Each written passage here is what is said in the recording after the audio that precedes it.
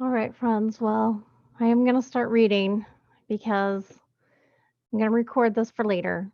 And I think it's important to have a Coraline finished rather than a Coraline started and not finished. So here I go. I also wanted to show you guys that I have a stone with a hole in it, natural stone with a hole in it. So I have this in case any evil comes along. We can look through the stone with a hole in it. And this one starts. Let me make sure I can see what I'm showing you guys. Let me bring up my Zoom window. Here we go. Let me see if I can show you this picture. So this is the picture that there's this picture that starts this chapter. Okay. This is let's see. This is chapter 8. I don't know if we ended on chapter 8 or if we ended on chapter 9. We ended on chapter 9. Let's see if I can find that. Maybe we ended on chapter 10. Okay, well, this is the picture for chapter 9. This is a good picture. Okay. Outside, the world had become a formless, swirling mist with no shapes or shadows behind it. While the house itself seemed to have twisted and stretched, it seemed to Coraline that it was crouching and staring down at her, as if it were not really a house, but only the idea of a house, and the person who had the idea, she was certain, was not a good person. There was sticky web stuff clinging to her arm, and she wiped it off as best she could. The gray windows of the house slanted at strange angles. The other mother was waiting for her, standing on the grass with her arms folded. Her black button eyes were expressionless, but her lips were pressed tightly together in a cold fury. When she saw Coraline, she reached out one long white hand and she crooked a finger. Coraline walked towards her. The other mother said nothing. "I got two," said Coraline, "one soul still to go." The expression on the other mother's face did not change. She might not have heard what Coraline said. "Well, I thought you'd want to know," said Coraline. "Thank you, Coraline," said the other mother coldly. And her voice did not come from her mouth, it came from the mist and the fog and the house and the sky.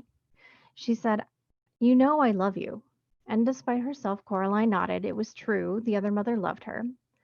But she loved Coraline as a miser loves money or a dragon loves its gold. In the other mother's button eyes, Coraline knew she was a possession, nothing more, a tolerated pet whose behavior was no longer amusing. "I don't want your love," said Coraline. "I don't want anything from you." "Not even a helping hand?" asked the other mother. "You have been doing so well, after all. I thought you might want a little hint to help with the rest of your treasure hunt." "I'm doing fine on my own," said Coraline. "Yes," said the other mother. "But if you wanted to get into the flat in the front, the empty one, to look around, you would be able to find the door locked. And then where would you be?" "Oh," Coraline pondered this for a moment. Then she said, "Is there a key?" The other mother stood there in paper gray fog of the flattening world. Her hair drifted about her head as if it had a mind and purpose all its own. She coughed suddenly in the back of her throat and then opened her mouth. The other mother reached up her hand and removed a small brass key, front door key from her tongue. "Here," she said, "you'll need this to get in." She tossed the key casually towards Coraline, who caught it one-handed before she could think about whether she wanted it or not. The key was still slightly damp. A chill wind blew about them, and Coraline shivered and looked away. When she looked back, she was alone. Uncertainly, she walked around to the front of the house and stood in front of the door to the empty flat. Like all the doors, it was painted bright green. "She does not mean you well," whispered the ghost voice in her ear. "We do not believe that she would help you. It must be a trick." Coraline said, "Yes, you're right, I expect." Then she put the key in the lock and turned it. Silently, the door swung open, and silently, Coraline walked inside. The flat had walls the color of old milk. The wooden boards of the floor were uncarpeted and dusty, with the marks and patterns of old carpet and rugs. There was no furniture in there, only places where the furniture had once been. Nothing decorated the walls. There were discolored rectangles on the walls to show where paintings or photographs had once hung. It was so silent that Coraline imagined that she could hear the motes of dust drifting through the air. She found herself to be quite worried that something would jump out at her, so she began to whistle. She thought it would make it harder for things to jump out at her if she was whistling. She first walked through the empty kitchen. Then she walked through an empty bathroom containing only a cast iron bath, and in the bath, a dead spider the size of a small cat. The last room she looked at, the last room she looked at had, she supposed, had once been a bedroom.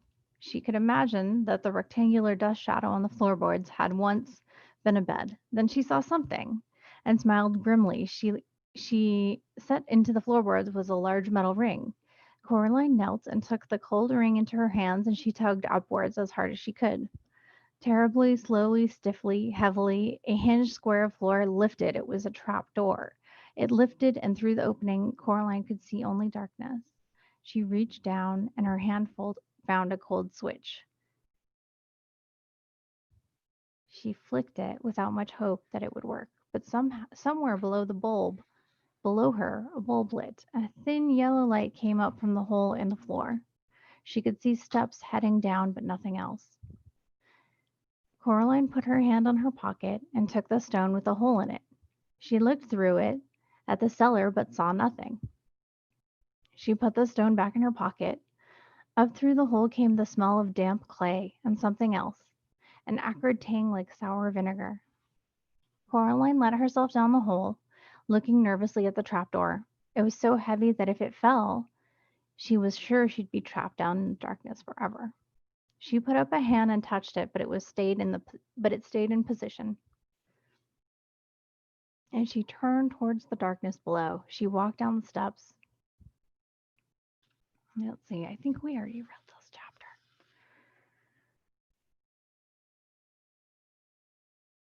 Stress. Yeah. Okay. Let me see how many people are in this room. Looks like nobody's in here with me. Let me double check.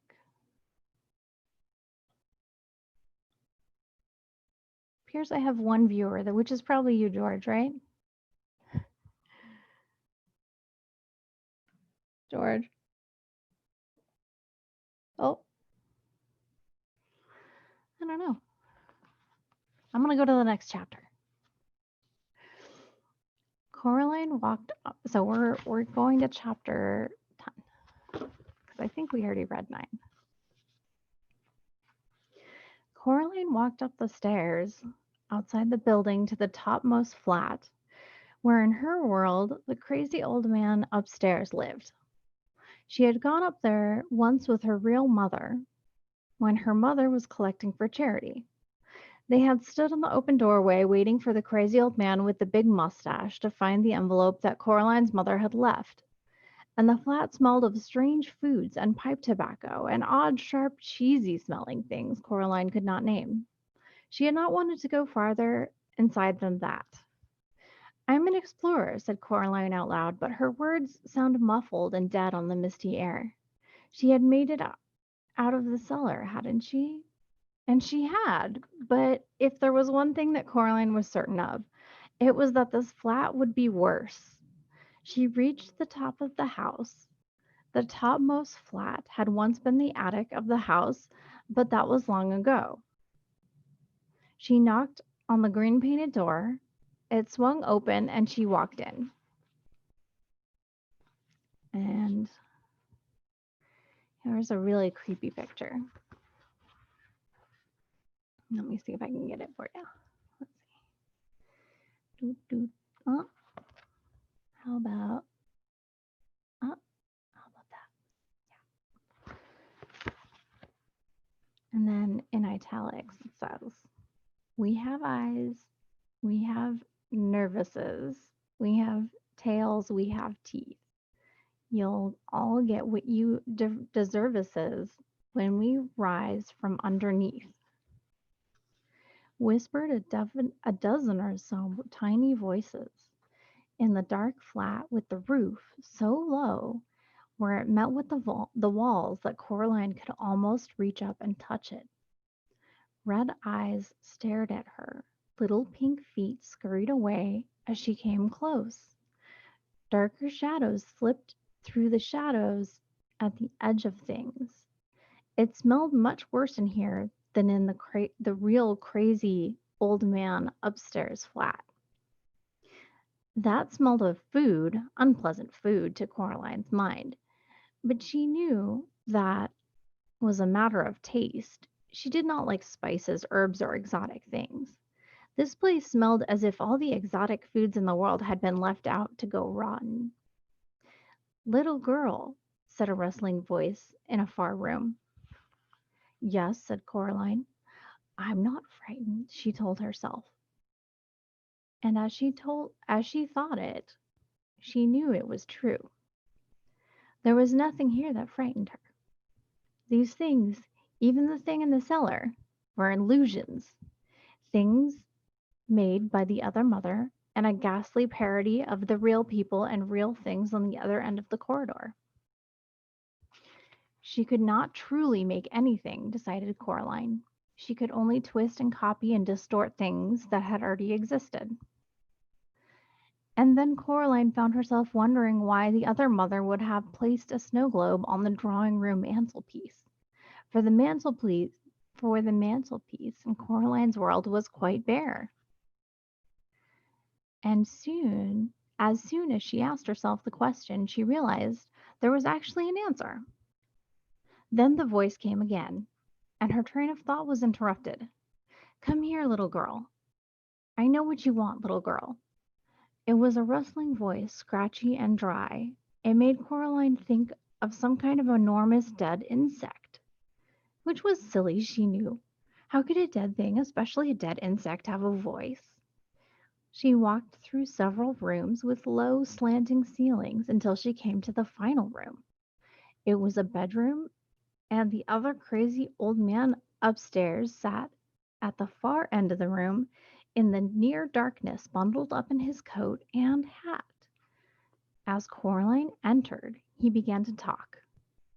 Nothing's changed, little girl, he said, his voice sounding like the noise dry leaves make as they rustle across a pavement. And what if you do everything you swore you would? What then? Nothing's changed. You'll go home, you'll be bored, you'll be ignored. No one will listen to you, not really listen to you. You're too clever and too quiet for them to understand. They don't even get your name right.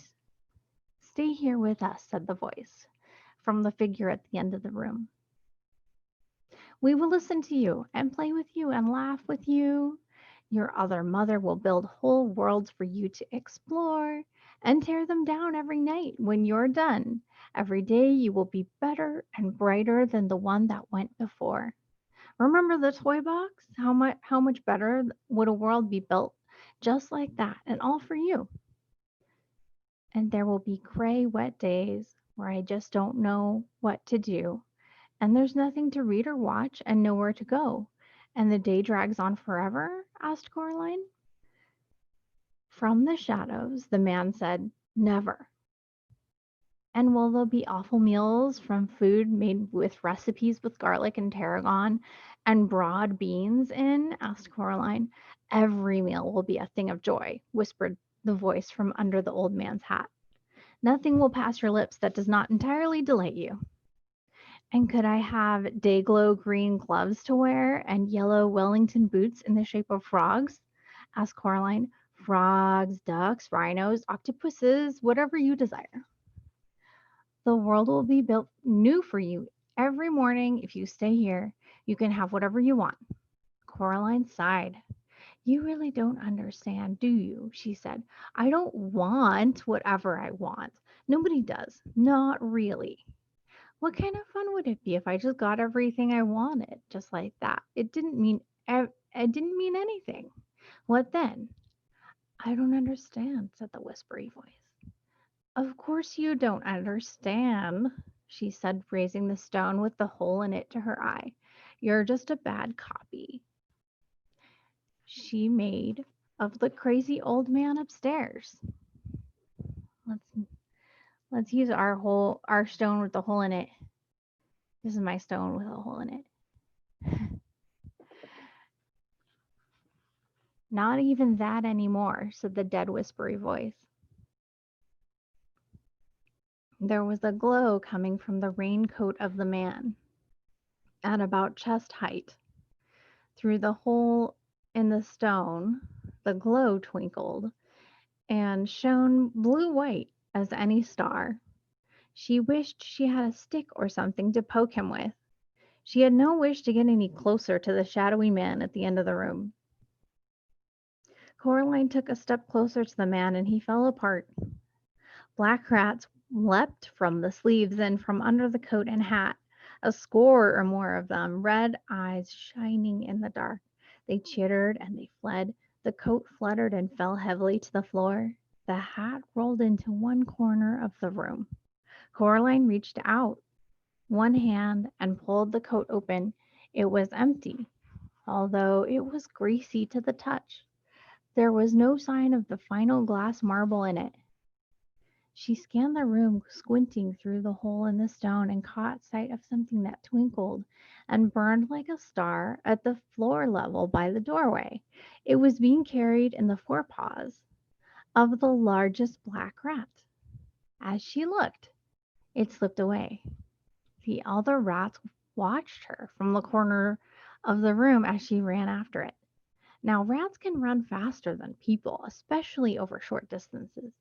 But a large black rat holding a marble, even in its front two paws, is no match for a determined girl, even if she is small for her age.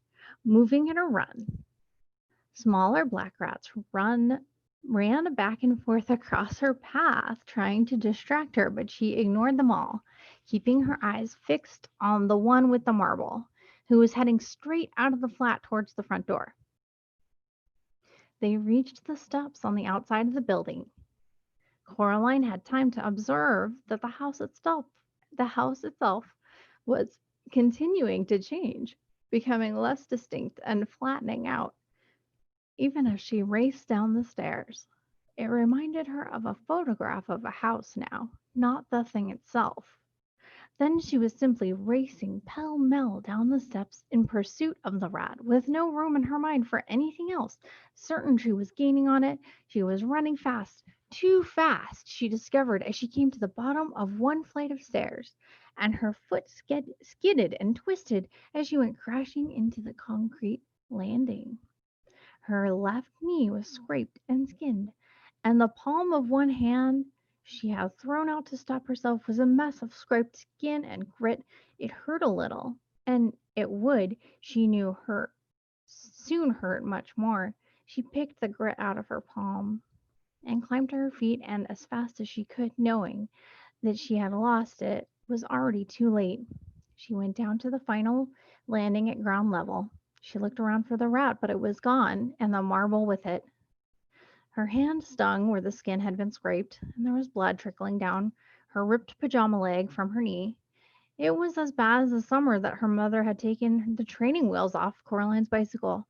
But then, back then, and with all the cuts and scraped, her knee had scabbed on top of scabs.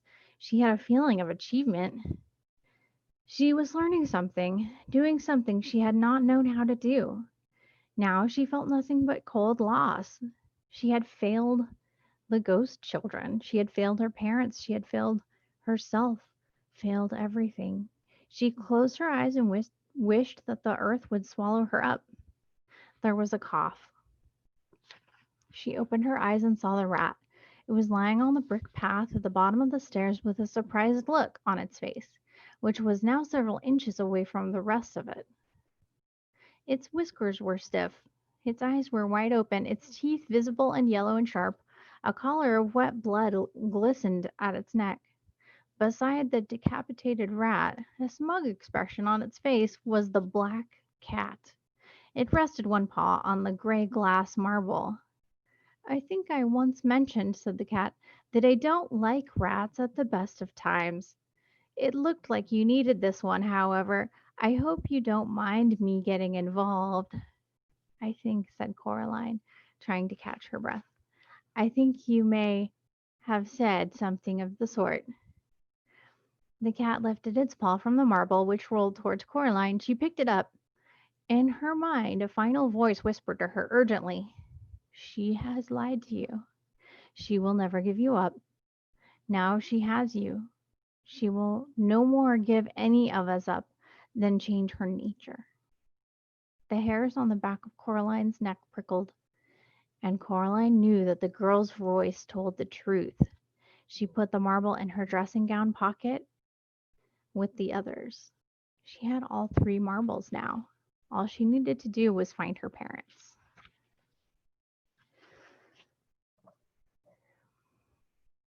And Coraline realized with surprise that bit was easy. She knew exactly where her parents were. If she had stopped to think, she might have known where they were all along. The other mother could not create, she could only transform and twist and change. The mantelpiece in the dressing room back home was quite empty. But knowing that, she knew something else as well. The other mother.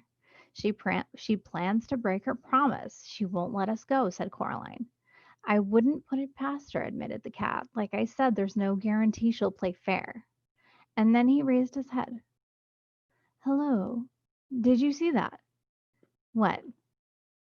Look behind you, said the cat. The house had flattened out even more. It no longer looked like a photograph, more like a drawing, a crude charcoal scribble of a house drawn on gray paper. Whatever's happening, said Coraline, thank you for helping with the rat. I suppose I'm almost there, aren't I? So you go off into the mist or wherever you go, and well, I get to see you at home. If she lets me go home. The cat's fur was on end. Its tail was bristling like a chimney sweep's brush. What's wrong? Asked Coraline. They've gone, said the cat. They aren't there anymore. The ways in and out of this place, they just went flat. Is that bad? The cat lowered its tail, swishing it from side to side angrily. It made a low growling noise in the back of its throat. It walked in a circle until it was facing away from Coraline, and then it began to walk backwards stiffly, one step at a time, until it was pushing up against Coraline's leg. She put down a hand to stroke it, and she could feel how hard its heart was beating. It was trembling like a dead leaf in a storm. You'll be fine, said Coraline. Everything's going to be fine. I'll take you home. The cat said nothing. Come on, cat, said Coraline. She took a step back towards the steps, but the cat stayed where it was, looking miserable and oddly much smaller. If the if the only way out of here is past her, said Coraline, then that's the way we're going to go. She went back to the cat, bent down and picked it up. The cat did not resist. It simply trembled. She supported its bottom with one hand, rested its front legs on her shoulders.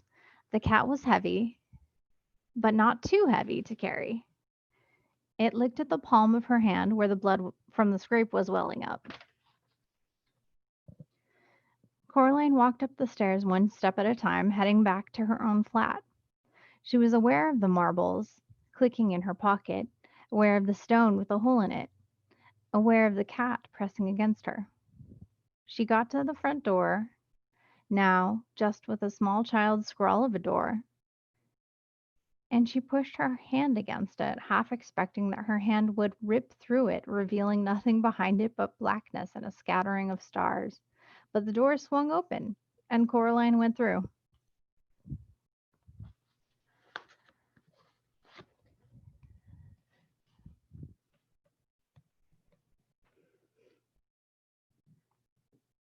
Once inside her flat, or rather the flat that was not hers, Coraline was pleased to see that it had not transformed into the empty drawing that the rest of the house seemed to have become. It had depth and shadows, and someone who stood in the shadows waiting for Coraline to return. And so you're back, said the other mother. She did not sound pleased. And you brought vermin with you. No, said Coraline, I brought a friend. She could feel the cat stiffening under her hands, as if it were anxious to be away. Coraline wanted to hold on to it like a teddy bear for reassurance, but she knew that cats hated to be squeezed, and she suspected that frightened cats were liable to bite and scratch if provoked in any way, even if they were on your side. You know I love you, said the other mother flatly. You have a very funny way of showing it, said Coraline. She walked down the hallway and then turned into the drawing room, steady step by steady step, pretending that she could not feel the other mother's blank black eyes on her back.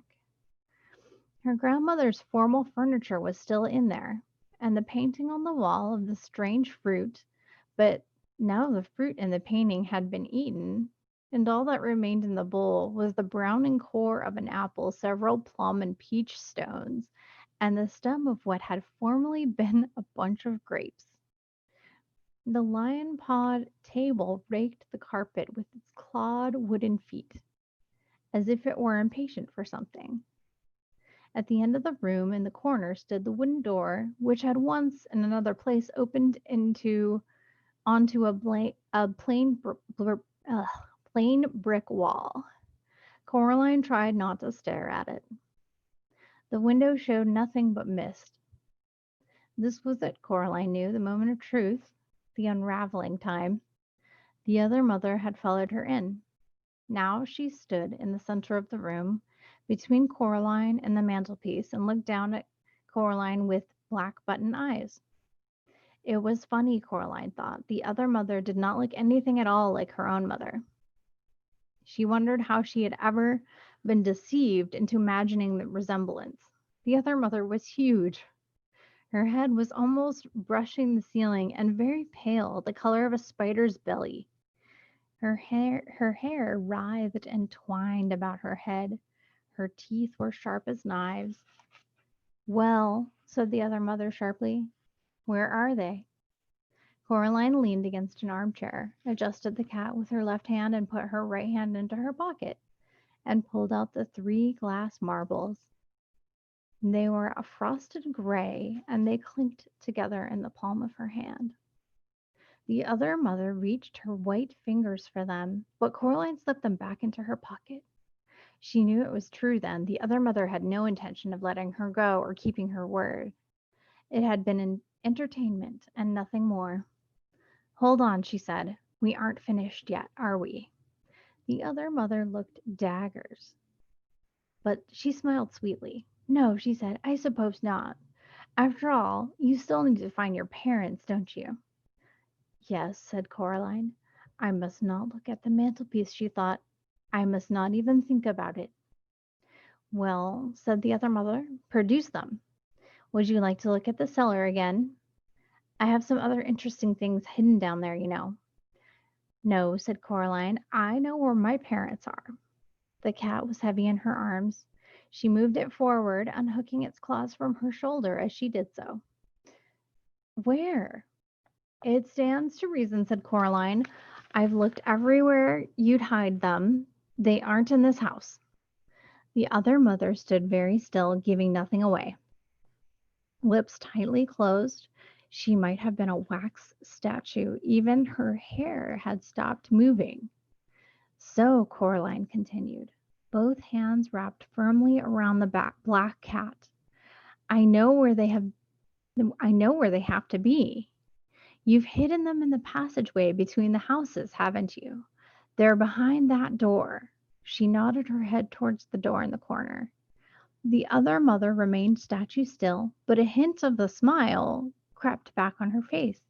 Oh, they are they? Why don't you open it? Said Coraline. They'll be there all right. It was her only way home, she knew, but it all depended on the other mother's needing to gloat, needing not only to win, but to show that she had won.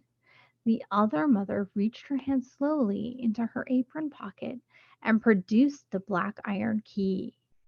The cat stirred uncomfortably in Coraline's arms as if it wanted to get down. Just stay there for a few moments longer, she thought, wondering if it could hear her. I'll get us both home, I said. I promise. She felt the cat relax ever so slightly in her arms. The other mother walked over to the door and pushed the key into the lock. She turned the key. Coraline heard the mechanism clunk heavily. She was already starting as quietly as she could, step by step, to back away towards the mantelpiece. The other mother pushed down on the door handle and pulled open the door, revealing a corridor behind it, dark and empty. There, she said, waving her hands at the corridor. The expression of delight on her face was a very bad thing to see. You're wrong. You don't know where your parents are, do you? They aren't there. She turned and looked at Coraline. Now, she said, you're going to stay here forever and always. No, said Coraline, I'm not. And as hard as she could, she threw the black cat towards the other mother. It yowled and landed on the other mother's head, claws flailing, teeth bared, fierce and angry. Fur on end, it looked half again as big as it was in real life. Without waiting to see what would happen, Coraline reached up to the mantelpiece and closed her hand around the snow globe, pushing it deep into her pocket. The cat made a deep, undulating yowl and sank its teeth into the other mother's cheek. She was flailing at it. Blood ran from the cuts on her white face. Not red blood, but a deep, tarry black stuff. Coraline ran for the door. Here's that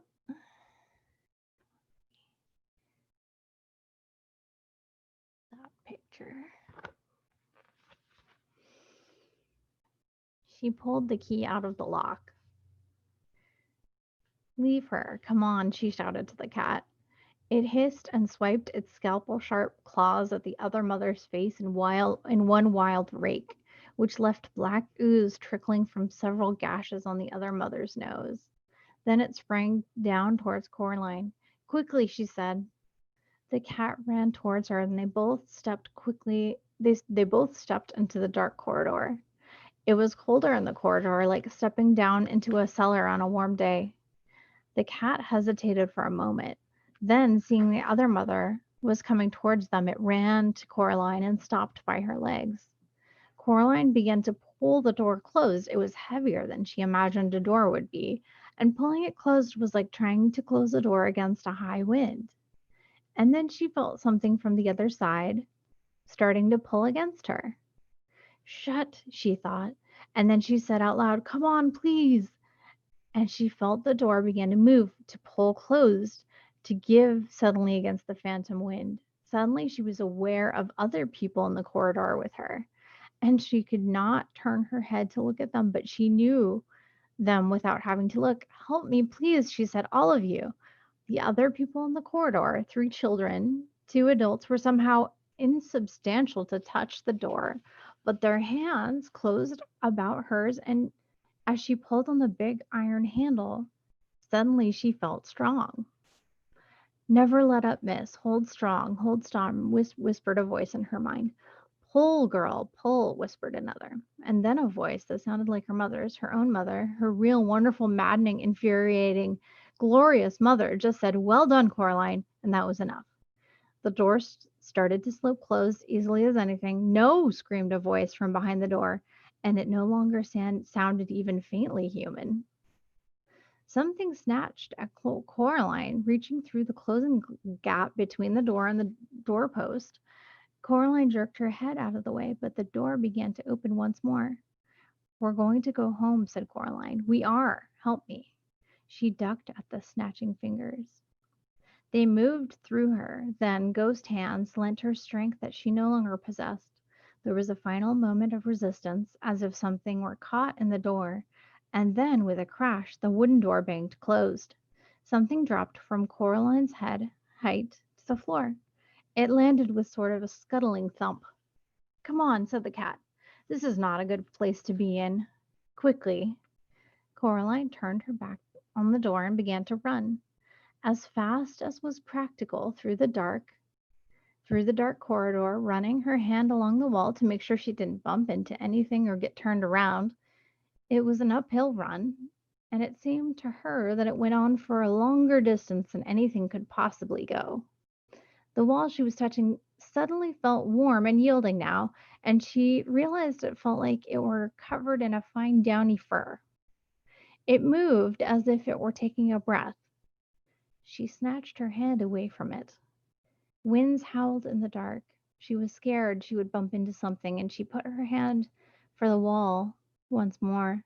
This time, what she felt was hot and wet, as if she put her hand in someone's mouth. She pulled it back with a small wail. Her eyes had adjusted to the dark. She could half see, as faintly glowing patches ahead of her, two adults, three children.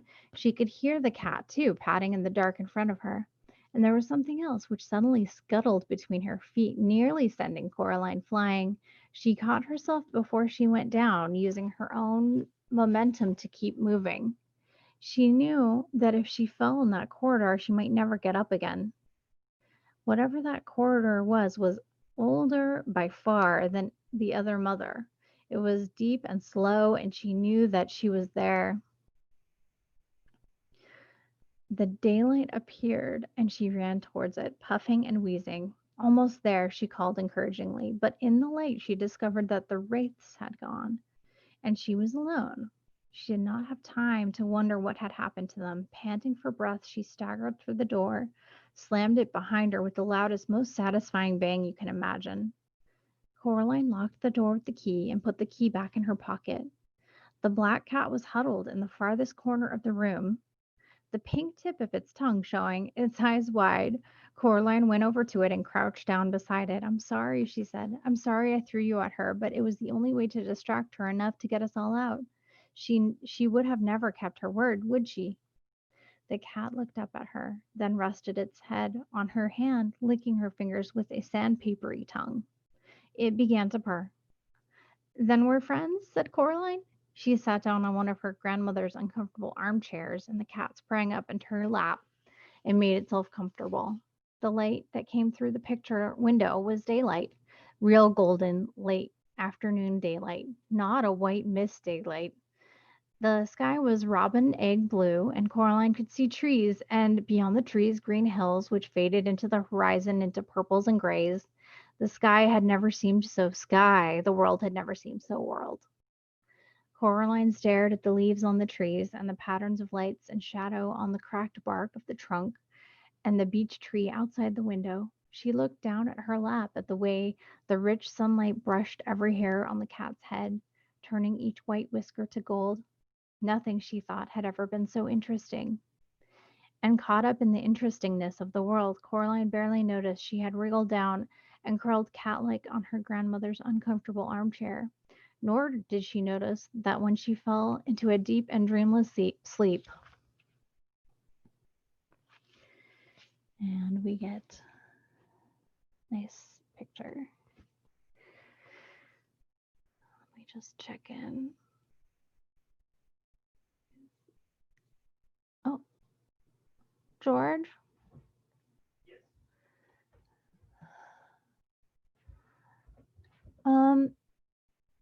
I got an update here from somebody, and he says, "Any word, Lauren?"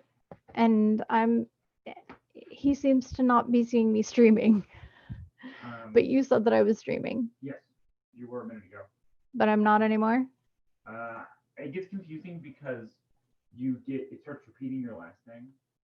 So let me check. I didn't want feedback with you, so I muted mine. Okay, I'm gonna keep going. Can you find what my URL is and put it in the chat? I just went to the library website and hit live. Okay. Well, I don't think you actually figured out what. You're still broadcasting, by the way. Look. All right. I'm gonna do this last chapter. Her mother shook her gently awake. "Coraline," she said, "darling, what a funny place to fall asleep, and really this room is only for the best. We looked all over the house for you."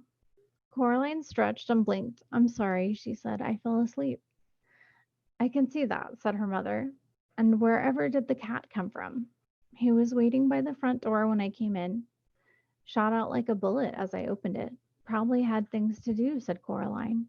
Then she hugged her mother so tightly that her arms began to ache. Her mother hugged Coraline back. "Dinner in 15 minutes," said her mother. "Don't forget to wash your hands, and look at those pajama bottoms. What did you do to your poor knee?" "I tripped," said Coraline. She went into the bathroom, and she washed her hands and cleaned her bloody knee. She put ointment on her cuts and scrapes. Then she went into her bedroom, her real bedroom, her true bedroom. She pushed her hands into the pockets of her dressing gown and she pulled out 3 marbles, a stone with a hole in it, the black key, an empty snow globe. She shook the snow globe and watched the glittery snow swirl through the water to fill the empty world.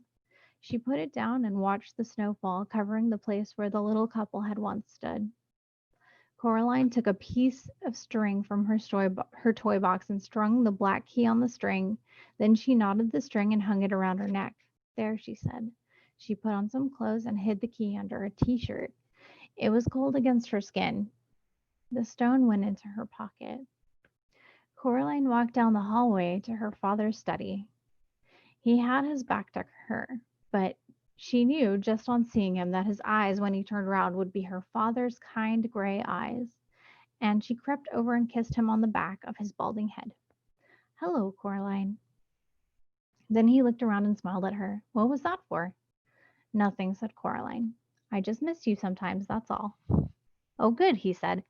He put the computer to sleep, stood up, and then, for no reason at all, he picked up Coraline, which he had not done for such a long time, not since she had started pointing out to her that she was much too old to be carried, and he carried her into the kitchen. Dinner that night was pizza, and even though it was homemade by her father, so the crust was alternatively thick and doughy and raw, or too thin and burnt, and even though he had put slices of green pepper on it, along with little meatballs and, of all things, pineapple chunks, Coraline ate the entire slice she had been given. Well, she ate everything except for the pineapple chunks. And soon enough it was bedtime. Coraline kept the key around her neck, but she put the gray marbles beneath her pillow, and in bed that night Coraline dreamt a dream. She was at a picnic under an old oak tree in a green meadow. The sun was high in the sky, and while there were distant fluffy clouds on the horizon, the sky above her head was a deep, untroubled blue. There was a white linen cloth laid on the grass, with bowls piled high with food, so she could see salads, sandwiches, nuts, fruit, jugs of lemonade, and water, and thick chocolate milk. Coraline sat on one side of the tablecloth, while 3 other children took a side each. They were dressed in the oddest clothes. The smallest of them, sitting on Coraline's left, was a boy with red velvet knee breeches and a frilly white shirt. His face was dirty, and he was piling his plate high with boiled new potatoes and with what looked like cold, whole cooked trout. "This is the finest of picnics, lady," he said to her. "Yes," said Coraline, "I think it is. I wonder who organized it." "Why, I think you did, miss," said a tall girl sitting opposite Coraline. She wore a brown, rather shapeless dress, and had a brown bonnet on her head which tied beneath her chin. "And we are more grateful for it and than all the words can ever say." She was eating slices of bread and jam, deftly cutting the bread from a large golden brown loaf with a huge knife, then spooning on all the purple jam with a wooden spoon. She had jam all around her mouth. "Aye, this is the finest food I've eaten in centuries," said the girl on Coraline's right. She was a very pale child, dressed in what seemed to be spider webs, with a circle of glittering silver set in her blonde hair. Coraline could have sworn that the girl had 2 wings, like dusty silver butterfly wings, not bird wings, coming out of her back. The girl's plate was piled high with pretty flowers. She smiled at Coraline as if it had been a very long time since she had smiled, and she had almost but not quite forgotten how. Coraline found herself liking this girl immediately. And then, in the way of dreams, the picnic was gone, and they were playing in the meadow, running and shouting and tossing a glittering ball from one to another. Coraline knew it was a dream then, because none of them ever got tired or winded or out of breath. She wasn't even sweating. They were just laughing and ran in a game that was just partly tag, partly piggy in the middle, and partly just a magnificent romp. 3 of them ran along the ground while the pale girl fluttered a little over their heads. swooping down on butterfly wings to grab the ball and swing it up again into the sky before she tossed the ball to one of the other children. And then, without a word about it being spoken, the game was done. The four of them went back to the picnic cloth where the lunch dishes had been cleared away. And then there were four bowls waiting for them, three of ice cream, one of honeysuckle flowers piled high. They ate with relish. Thank you for coming to my party, said Coraline. If it is mine. The pleasure is ours, Coraline Jones, said the winged girl, nibbling the honeysuckle blossom. If there were something we could do for you, to thank you and to reward you. I, said the boy with the red velvet breeches and the dirty face. He put out his hand and held Coraline's hand with his own. It was warm now. It is a very fine thing you did for us, miss, said the tall girl. She now had a smear of chocolate ice cream all around her lips. I'm just pleased it's over. Was it her imagination, or did a shadow cross the faces of the other children at the picnic? The winged girl in the circlet in her hair glittering like a star, rested her fingers for a moment on the back of Coraline's hand. It is over and done for us, she said. This is our staging post from here. We three will set out for uncharted lands, and what comes after no one alive can say. She stopped talking. There's a but, isn't there? Said Coraline. I can feel it, like a rain cloud. The boy on her left tried to smile bravely, but his lower lip began to tremble, and he bit it with his upper teeth and said nothing. The girl in the brown bonnet shifted uncomfortably and said, Yes, miss. But I got you three back, said Coraline. I got Mom and Dad back. I shut the door, I locked it. What more was I meant to do? The boy squeezed Coraline's hand with his. She found herself remembering when it had been she trying to reassure him, when he was little more than a cold memory in the darkness.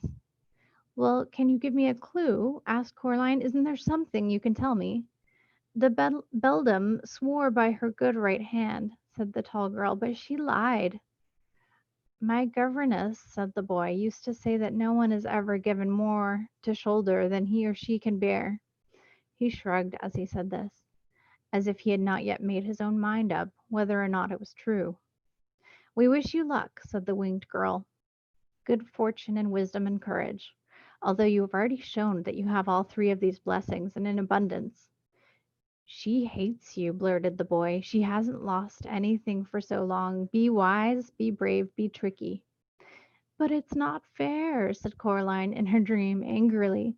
It's just not fair. It should be over. The boy with the dirty face stood up and hugged Coraline tightly. Take comfort in this, he whispered. Thou'rt alive. Thou livest.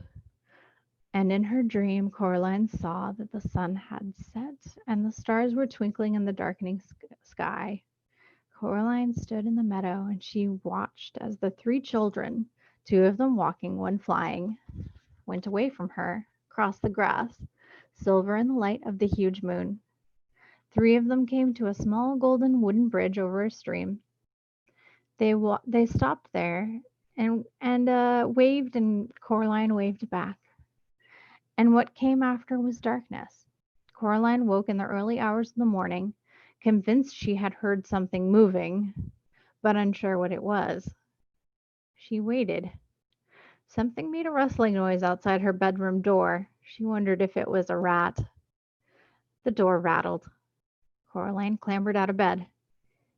Go away, said Coraline sharply. Go away or you'll be sorry. There was a pause. Then whatever it was scuttled away down the hall. There was something odd and irregular about its footsteps. If there were footsteps, Coraline found herself wondering if it was perhaps a rat with an extra leg. It isn't over, is it? She said to herself. Then she opened the bedroom door.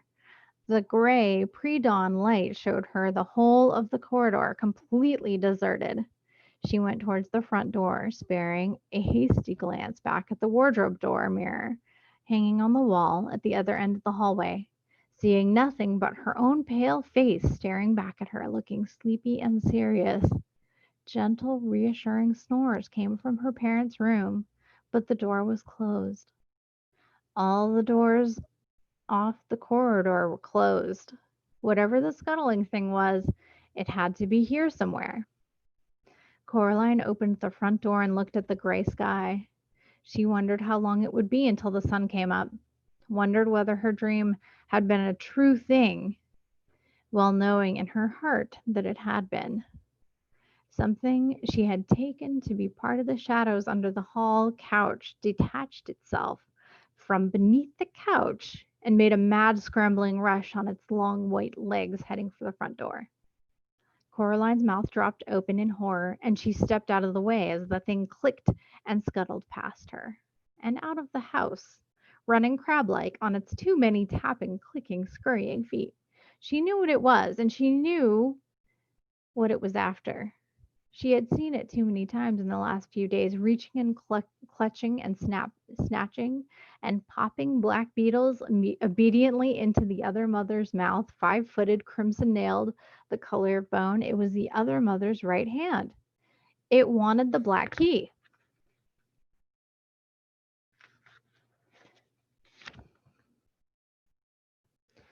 Oop, let me see if I can. Yeah, creepy. Coraline's parents never seemed to remember anything about their time in the snow globe. At least they never said anything about it, and Coraline never mentioned it to them. Sometimes she wondered whether they had ever noticed that they had lost 2 days in the real world, and they came to the eventual conclusion that they had not.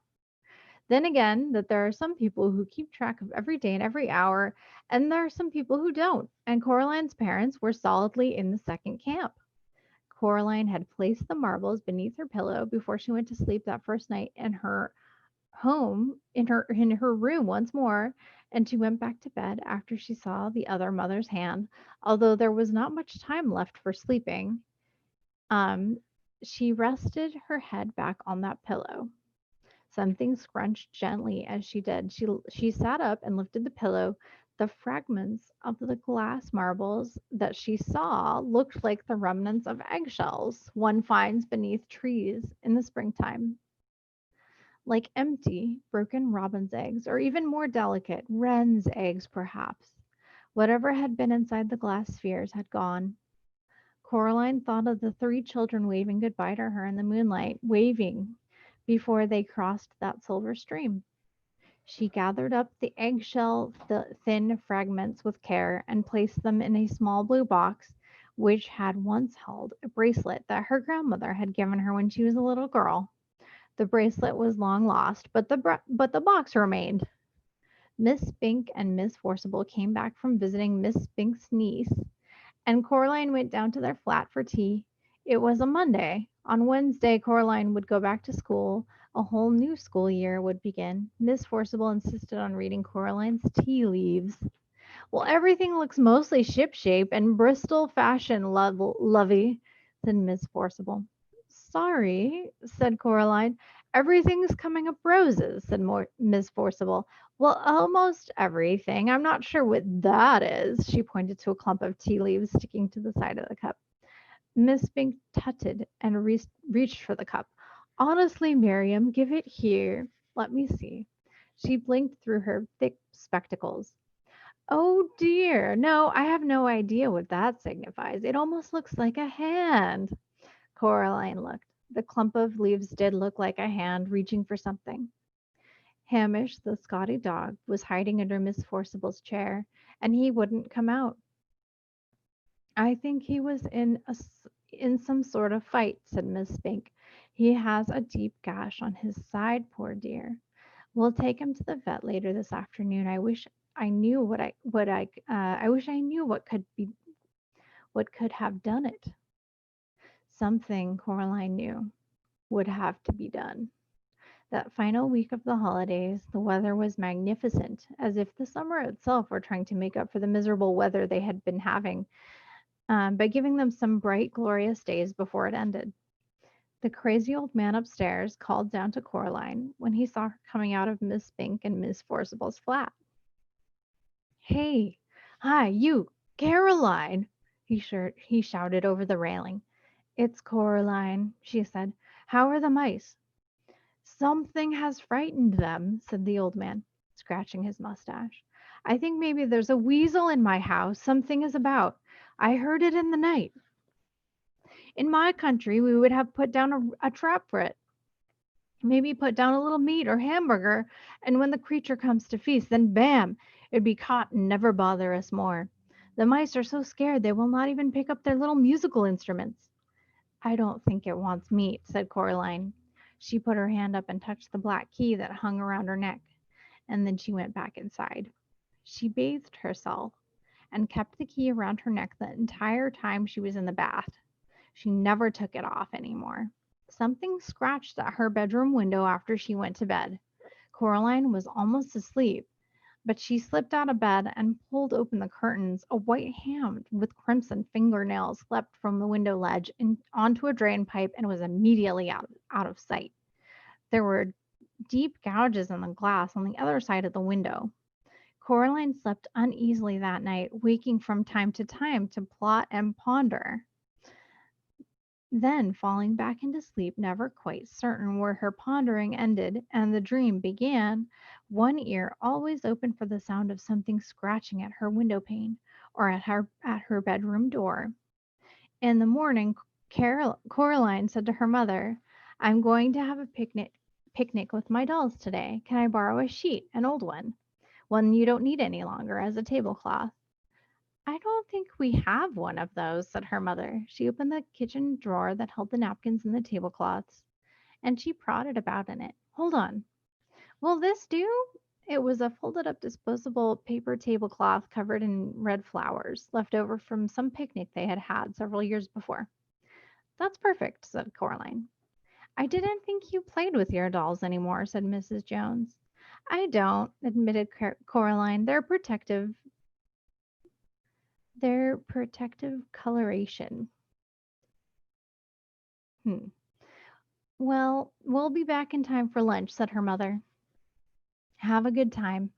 Coraline filled a cardboard box with dolls and several plastic dolls' teacups. She filled a jug with water and she went outside. She walked down the road just as if she were going to the shops. Before she reached the supermarket. She cut across a fence into some wasteland and across an old drive. Then she crawled under a hedge. She had to go under the hedge in two journeys in order to not spill the water from the jug. It was a long, roundabout, looping journey, but at the end of it, Coraline was satisfied that she had not been followed. She came out behind the dilapidated old tennis court. She crossed over it to the meadow where the long grass swayed. She found the planks on the edge of the meadow. They were astonishingly heavy and almost too heavy for a girl to lift, even using all her strength, but she managed. She didn't have any choice. She pulled the planks out of the way one by one, grunting and sweating with all the effort, revealing a deep, round, brick lined hole in the ground. It smelled of damp and dark. The bricks were greenish and slippery. She spread out the tablecloth and laid it carefully over the top of the well. She put a plastic doll's cup in every foot or so. At the edge of the well, she weighed each cup down with water from the jug. She put a doll in the grass beside each cup, making it look very much like a doll's tea party. Then she retraced her steps back under the hedge along the dusty yellow drive, around the back of the shops, and then back to her house. She reached up and took the key from around her neck. She dangled it from the string as if the key were just something she liked to play with. Then she knocked on the door of Miss Spink and Miss Forcible's flat. Miss Spink opened the door. "Hello, dear," she said. "I don't want to come in," said Coraline. "I just wanted to find out how Hamish was doing." Miss Spink sighed. "The vet said Hamish is a brave little soldier. Luckily, the cut doesn't seem to be infected. We cannot imagine what could have done it. The vet says some animal, he thinks, but he has no idea what. Mr. Bobo says that he thinks it might have been a weasel." "Mr. Bobo?" "The man in the top flat. Mr. Bobo. Fine old circus family, I believe. Romanian or Slovenian or Livanian or one of those countries. Bless me, I can never remember them any more." It had never occurred to Coraline that the crazy old man upstairs actually had a name, she realized. If she'd known his name was Mr. Bobo, she would have said it every chance she got. How often do you get to say a name like Mr. Bobo out loud? Oh, said Coraline to Miss Pink, Mr. Bobo, right. Well, she said a little louder, I'm going to go play with my dolls now. Over by the old tennis court, round back. That's nice, dear, said Miss Pink. Then she added confidently, make sure you keep an eye out for the old well. Mr. Lovett, who was here before your time, said that he thought it might go down for a half mile or more. Coraline hoped that the hand had not heard this last, and she changed the subject. This key, said Coraline loudly. Oh, it's just some old key from our house. It's part of my game. That's why I'm carrying it around with me on this piece of string. Well, goodbye now. What an extraordinary child, said Miss Spink to herself as she closed the door. Coraline ambled across the meadow towards the old tennis court, dangling and swinging the black key on its piece of string as she walked. Several times she thought she saw something the color of bone in the undergrowth. It was keeping pace with her about 30 feet away. She tried to whistle, but nothing happened, so she sang out loud instead a song her father had made up for her when she was a little baby and which had always made her laugh. It went, "Oh, my twitchy witchy girl, I think you are so nice. I give you bowls of porridge, and I give you bowls of rice. Cream. I give you lots of kisses, I give you lots of hugs, but I never give you sandwiches with bugs in." That was what she sang as she sauntered through the woods, and her voice hardly trembled at all. The dolls' tea party was where she left it. She was relieved it was not a windy day, for everything was still in place. Every water filled plastic cup weighed down the paper tablecloth as it was meant to. She breathed a sigh of relief. Now was the hardest part. Hello, dolls, she said brightly. It's tea time. She walked close to the paper tablecloth.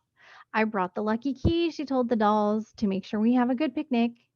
And then, as carefully as she could, she leaned over and gently placed the key on the tablecloth. She was still holding it on the string. She held her breath, hoping that the cups of water at the edges of the well would weigh the cloth down, letting it take the weight of the key without collapsing into the well. The key sat in the middle of the paper cloth.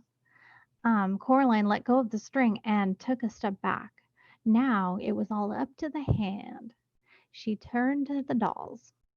Who would like a piece of cherry cake? She asked. Jemima? Pinky? Primrose? And she served each doll a slice of invisible cake on an invisible plate, chattering happily as she did so. From the corner of her eye, she saw something bone white scamper from one tree trunk to another, closer and closer. She forced herself not to look at it. Jemima, said Coraline, what a bad girl you are. You've dropped your cake. Now I have to go over and get you a whole new slice. And she walked around the tea party until she was on the other side of it to get the to she, until she was on the other side of it to the hand. She pretended to clean up spilled cake and get Jemima another piece. And then in a skittering, chittering rush it came. The hand, running high on its fingertips, scrabbled through the tall grass and up onto the tree stump. It stood there for a moment like a crab tasting the air, and then it made one triumphant nail clacking leap onto the center of the paper tablecloth. Time slowed for Coraline. The white fingers closed around the black key. And then the weight of the momentum of the hand sent the plastic doll's cups flying, and the paper tablecloth, and the key, and all the others, and the other mother's right hand went tumbling down into the darkness of the well. Coraline counted slowly under her breath. She got to 40 before she heard a muffled splash coming from a long way below. Someone had once told her if you look up at the sky from the bottom of a mine shaft, even in the brightest daylight, you'll see a night sky and stars. Coraline wondered if the hand could see stars from where it was. She hauled the heavy planks back onto the well, covering it as carefully as she could. She didn't want anything to get in. She didn't want anything to ever get out. She put the dolls and cups back into the cardboard box she had carried them out in, Something caught her eye while she was doing this, and she straightened up in time to see the black cat stalking towards her, its tail held high and curling at the tip like a question mark. It was the first time she had seen the cat in several days since they had returned together from the other mother's place. The cat walked over to her and jumped up onto the planks that covered the well. Then slowly it winked one eye at her. It sprang down into the long grass in front of her and rolled over onto its back, wiggling about uh, ecstatically. Coraline scratched and tickled the soft fur on its belly, and the cat purred contentedly. When it had enough, it rolled over onto its front once more and walked back towards the tennis court, like a tiny patch of midnight in the midday sun. Coraline went back to the house. Mr. Bobo was waiting for her in the driveway. He clapped her on the shoulder. "The mice tell me that all is good," he said. "They say that you are our savior, Caroline." "It's Coraline, Mr. Bobo," said Coraline. "Not Caroline, Coraline." "Coraline," said Mr. Bobo, repeating her name to himself with wonderment and respect. "Very good, Coraline. The mice say that I must tell you that as soon as they are ready to perform in public, you will come and watch them as the first audience of all. They will play Tumpty, Umpty, and Toodle Oodle, and they will dance and do 1,000 tricks, and that is what they say." "I would like that very much," said Coraline, "when they're ready." She knocked at Miss Spink and Miss Forcible's door. Miss Spink let her in, and Coraline went into the parlor. She put her box of dolls down on the floor. She put her hand into her pocket and she pulled out the stone with the hole in it. "Here's my stone with the hole in it." "Here you go," she said. "I don't need it any more. I'm very grateful. I think it may have saved my life and saved some other people's death." She gave them both tight hugs, although her arms barely stretched around Miss Spink, and Miss Forcible smelled like raw garlic. Then Coraline picked up her box of dolls and went out. "What an extraordinary child," said Miss Spink. No one had hugged her like that since she had retired from the theater. That night Coraline lay in bed, all bathed, teeth cleaned, with her eyes open, staring up at the ceiling. It was warm enough that now that the hand was gone, she had opened her bedroom windows wide. She had insisted to her father that the curtains not be entirely closed. Her new school clothes were laid out carefully on her chair for her to put on when she woke. Normally, on the night before her first day of the term, Coraline was apprehensive and nervous, but she realized there was nothing left about school that could scare her anymore.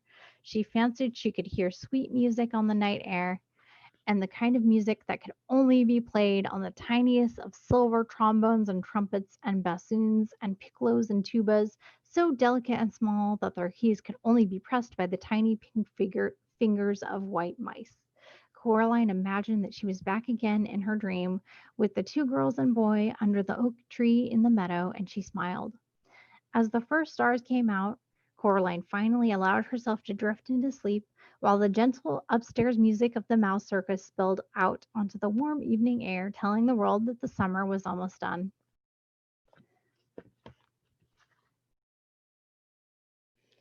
There's our little mouse circus.